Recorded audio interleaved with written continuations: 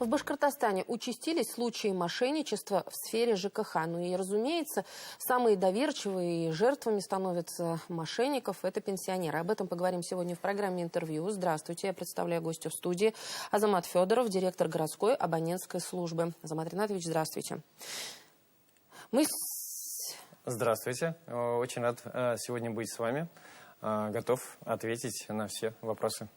На самом деле, сегодня вопросов в этой сфере очень много. Даже ЖКХ это вообще для многих телезрителей, может быть, это дремучий лес, да, когда мы получаем еще массу квитанций, мы, разумеется, в них путаемся. И я думаю, что, говоря о себе, я говорю еще и от лица телезрителей, потому что, большинство это вопрос.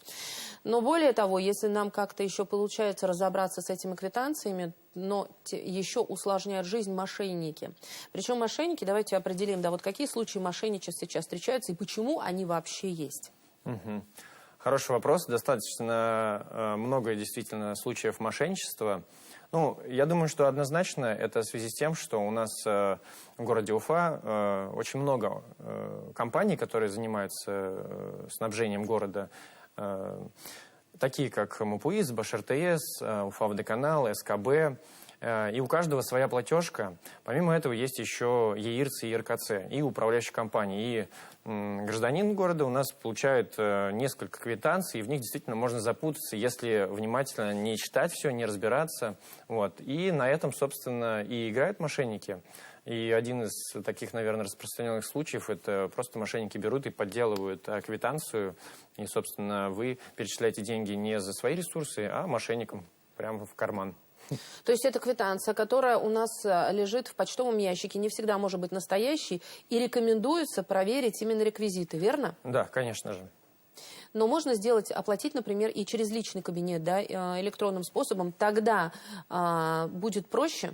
Да, конечно, если у вас подключен личный кабинет ресурсоснабжающей компании, естественно, это будет самое безопасное, потому что вы точно будете понимать, что все деньги пойдут именно за потребленный ресурс. Еще очень часто встречается такой момент, что приходят люди домой, и представляются сотрудниками сотрудниками ресурсоснабжающих компаний, тех, кто отвечает за организацию оплаты, да, говорят о том, что нужно поменять счетчик и так далее. Но потом приходит еще кто-то, и выясняется, что первые были мошенники, вторые настоящие, а может быть и наоборот. Вот как определить, действительно нужно менять счетчик или нет, кому верить? Да, действительно, такие случаи есть, то есть представляются различными органами, компаниями, да, и таким образом делают манипуляцию, да, и вытаскивают деньги. У нас городская абонентская служба, которая официально занимается и является официальным представителем по проверке счетчиков, как раз-таки индивидуальных приборов учета. И помимо этого мы также делаем замену и поверку приборов учета. Чтобы отличить наших сотрудников и понять, что это действительно наш сотрудник, вы можете убедиться по нескольким пунктам. Одни из основных, и что в первую очередь вы встречаете, я думаю, что это объявление, которое у вас висит на подъездах. Помимо этого, вы можете через это объявление также посмотреть наш сайт, либо же через интернет найти наш сайт. Помимо этого, вы можете обратиться в контакт-центр ресурсоснабжающей компании или в контакт-центр нашей компании. И хотелось бы очень важный момент заметить, что у каждого нашего сотрудника есть доверенность. Это именно то, что и отличает от любого мошенника нашу компанию. То есть у нас официальная доверенность, мы являемся представителями ресурсоснабжающей компании, и гражданин может с легкостью посмотреть, запросить, и наш сотрудник обязан показать эту доверенность, плюс у него есть бейджик с QR-кодом, он также может обязательно должен его показывать. Что еще?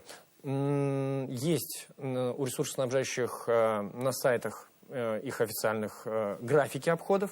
Также вы можете ознакомиться с графиком обхода. В общем, в принципе, по всем, так сказать, областям мы стараемся уведомлять по максимуму, чтобы нас можно было отличить и чтобы никакие мошенники не обманули.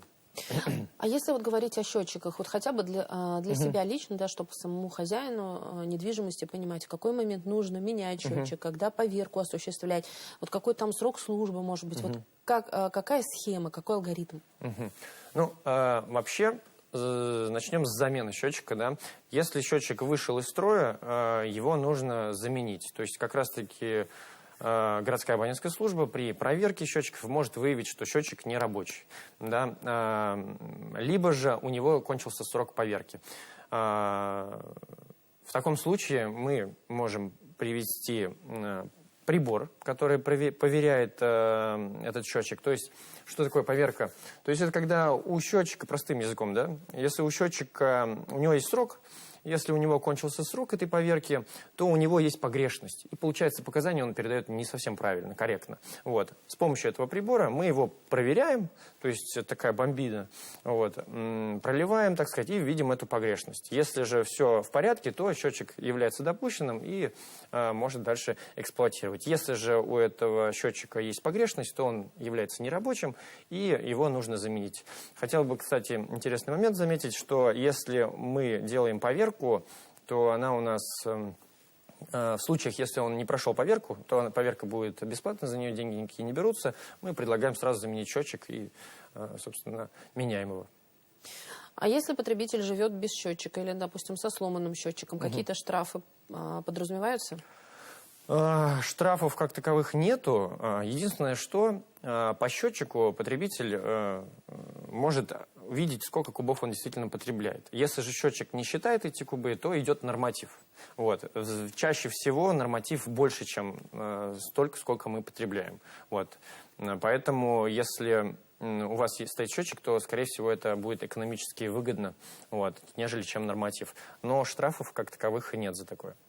Но при этом я, насколько понимаю, счетчик устанавливать вообще не обязательно. Но экономически выгодно, как вы только что подметили. Все верно.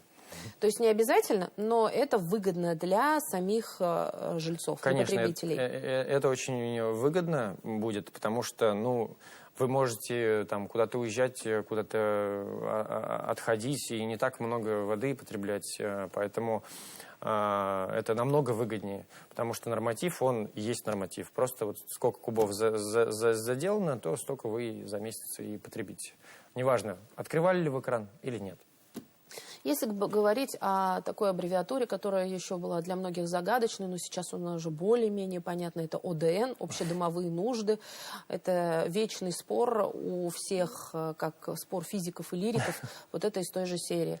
Но разобраться в этом вопросе вообще всегда сложно. Вы как-то вот посоветуете, что нужно делать, как быть, если твое потребление еще более-менее экономично, а ОДН просто выше 22 этажа. Как быть? Ну, конечно же, пригласить городскую абонентскую службу, чтобы мы проверили все счетчики и тем самым подвели баланс дома к норме и, собственно, снизили ОДН таким образом. Я сейчас постараюсь простым языком как-то объяснить, что такое ОДН. ОДН вообще это общедомовые нужды, оттуда и слово. То есть все, что у нас происходит внутри подъезда, так сказать, общее, да, общедомовые нужды оттуда, это у нас ОДН. Там свет в подъездах горит, там лестничные клетки, мытье лестничных клеток и так далее. Это все в ОДН падает. Но есть такой момент, что в ОДН падает еще, так сказать, дельта, небаланс. Что это значит? Вот у нас в дом поступает, допустим, 100 кубов воды. Это у нас считает общедомовой прибор. И есть индивидуальные приборы учета. Вот, они считают индивидуальное потребление. И вот баланс между общедомовым и индивидуальным прибором, вот этот дельта между поданными показаниями, ложится тоже в ОДН. Собственно, мы, как контролирующий орган, проверяет эти индивидуальные приборы учета, проверяя их, находим не поданные кубы, находим те кубы, которые, возможно, какие-то незаконнопослушные граждане поставили магниты, тем самым эти нарушили баланс, да, или кто-то просто забыл передать показания, ну или у него идет норматив. Вот эти все случаи мы находим, передаем эту информацию, и таким образом баланс выравнивается, и тем самым снижается ОДН. То есть можно сравнить двух хозяев двух квартир. В одной есть счетчики, а в другой нет. И там, где нет счетчиков, он может потреблять больше. Я не говорю, что всегда, а ему считают по нормативу. И вот эта разница ляжет тоже на плечи того, у кого есть счетчик, верно? Все верно. Вот эта разница, она ляжет в ОДН, а ОДН, в свою очередь, распределится между всеми жителями этого дома равно пропорциональной площади. Если вдруг пришли счета, в которых баснословные ОДН, что делать? Вот вы сказали, можно пригласить вас для осуществления поверки. Вот какие вообще могут быть действия для того, чтобы решить этот вопрос? Можно вообще как-то его... Вообще когда-нибудь были такие случаи, когда в пользу жильцов, жителей решался этот вопрос? Ну, я думаю, конечно же, были. Вот я, собственно, представитель городской абонентской службы, директор. Я думаю, что именно благодаря тому, что мы работаем, это как бы показатель того, что город, ресурсоснабжающие компании заботятся о жителях города. И благодаря нам они и помогают им снижать вот эти общедомовые нужды. Азамат Ринатович, спасибо огромное, что пришли сегодня к нам в студию. Рассказали, по крайней мере, мы попытались разобраться в этой теме ЖКХ, вечных счетов, которые всегда баснословные, и в которых разобраться в одиночку крайне непросто. Спасибо огромное. Вам тоже большое спасибо, что пригласили. Очень рад здесь присутствовать. Это была программа «Интервью». Спасибо, что были с нами.